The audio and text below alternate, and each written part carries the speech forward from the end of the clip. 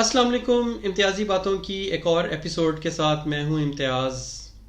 وہ آئے بزم میں اتنا تو میر نے دیکھا، وہ آئے بزم میں اتنا تو میر نے دیکھا، پھر اس کے بعد چراغوں میں روشنی نہ رہی.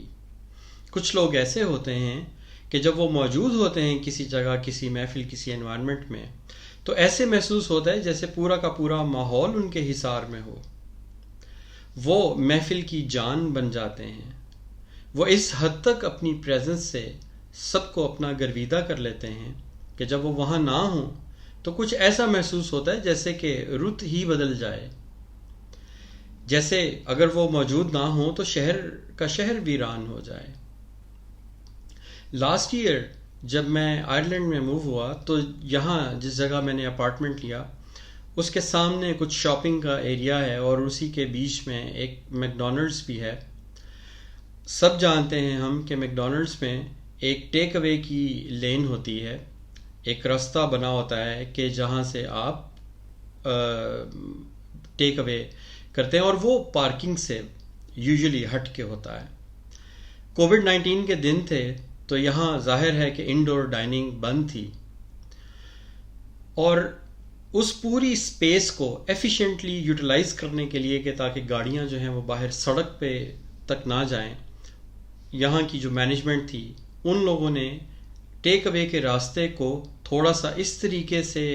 ماڈیفائی کیا کہ وہ پارکنگ کی سپیس سے گاڑیاں ایک چکر کاٹ کے واپس اس لین میں آتی تھیں. اور اب ظاہر ہے کہ یہ روٹین سے تھوڑا ہٹ کے کام تھا،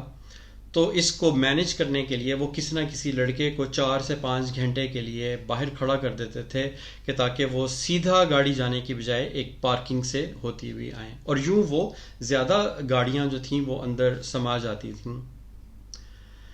اس بورنگ سی ڈیوٹی کے دوران 4 سے 5 گھنٹے کے لیے ایک ان کا ورکر تھا جس کو جب وہ کھڑا کرتے تھے تو وہ ایک پورے ماحول میں ایک جان پیدا کر دیتا تھا.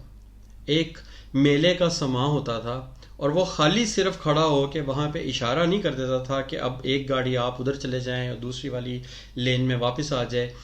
وہ اس پوری اس ایکٹیویٹی کو اس طرح سے پرفارم کرتا تھا کہ جیسے ایک پوری کوئی گاڑیوں کی ریس لگ رہی ہو، اور وہ اپنی باڈی لینگویج میں بہت ایسے ہاتھوں سے اشارہ کر کے پرجوش انداز میں ان کو تیار رہنے کا کہتا تھا کہ 1 2 3 اور گو. اور پھر وہ بہت زور سے آواز کے بند کھڑکی کے اندر سے بھی ہمیں اپارٹمنٹ میں آواز آ رہی ہوتی تھی. تو میں بالکنی سے یہ منظر اکثر دیکھا کرتا تھا اور بہت خوش ہوتا تھا کہ دیکھیں یہاں پہ چونکہ ظاہر ہے کہ ادھر بارش اور ہوا بہت زیادہ ہوتی ہے، تو اس بورنگ 4-5 گھنٹے کی ڈیوٹی میں خالی جیبوں میں وہ ہاتھ ڈال کے کھڑے ہونے کی بجائے اس کی باڈی لینگویج ایسے تھی کہ جیسے یہ ایک بہت ہی ایکسائٹنگ قسم کا کام ہو. بچے، بوڑھے، بڑے، سب لوگ جو تھے وہ گاڑی میں جب آ کے انتظار کرتے تھے ان کے چہروں پہ مسکراہٹیں ہوتی تھیں، بلکہ بچے بعض اوقات اس کے ساتھ شامل ہو جاتے تھے اور ہر آنے والی گاڑی کو وہ زور زور سے آواز لگا کے اچھلتے کودتے ہوئے وہ الرٹ سٹیٹ میں جانے کا کہتے تھے، اور ایک جیسے ریس کی کیفیت کریٹ ہو جاتی تھی. جو گزرنے والے لوگ تھے وہ بھی جب اس کو دیکھتے تھے تو وہ خوشی سے نہال ہو جاتے تھے، اور ایک ایسی ایکسائٹمنٹ اور ایسی رونق پیدا ہو جاتی تھی کہ جب وہ ہوتا تھا تو بہت سارا ٹائم تو ہم بھی اپنی بالکنی سے اس کو دیکھ کے محظوظ ہو رہے ہوتے تھے. بظاہر دیکھیں کتنا بورنگ کام ہے. ہم جاب کر رہے ہوتے ہیں، ہم کوئی بھی کام کر رہے ہوتے ہیں، ہم کسی بھی گیدرنگ میں ہوتے ہیں، کسی سے ملتے ہیں، ملاقات کرتے ہیں، محافل میں جاتے ہیں، تو وہاں پہ اپنی موجودگی کا جب ہم اپنی موجودگی کا احساس کچھ اپنے امتیازی طریقے سے اپنے ماحول کے اندر جب وہ باقی لوگوں کو دلاتے ہیں اپنی موجودگی کا احساس، تو وہ پوری کی پوری انوائرمنٹ جو ہے وہ پر رونق ہو جاتی ہے.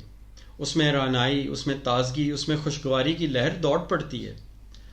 اور آپ کی صرف موجودگی اس بورنگ ترین کام میں ایک ایسے جیسے کہ جان پیدا کر دیتی ہے اور آپ محفل کی رونق بن جاتے ہیں. سوال یہاں یہ پیدا ہوتا ہے کہ کچھ لوگ ہو سکتا ہے یہ سوچیں کہ فطرتاً میں تو انٹروورٹ ہوں، میرے لیے تو یہ ممکن نہیں، لیکن یہ جو میں نے ابھی آپ کے سامنے منظر کشی کی، اس کے لیے آپ کو کم از کم ارادہ کرنے کی ضرورت ہے۔ فطرتاً ہم اپنے ماحول سے، اپنے انوائرمنٹ سے جو کوئی اچھی چیزیں ہیں، جو کوئی اچھی عادات ہیں، ان کو سیکھ سکتے ہیں، ان کو پالش کر سکتے ہیں۔ کم از کم اپنا ارادہ تو کیجئے کہ آپ نے یہ امتیازی پہلو جو ہے وہ اس پہ ورکنگ کرنی ہے اور اس کو اجاگر کرنا ہے، تاکہ لوگ آپ کی موجودگی کو لے کے اور آپ کی پریزنس کو لے کے یہ کہہ سکیں کہ ان کے دیکھے سے جو آ جاتی ہے منہ پر رونق، وہ سمجھتے ہیں کہ بیمار کا حال اچھا ہے۔ اپنا خیال رکھیے، انشاءاللہ پھر ملیں گے۔ اللہ حافظ۔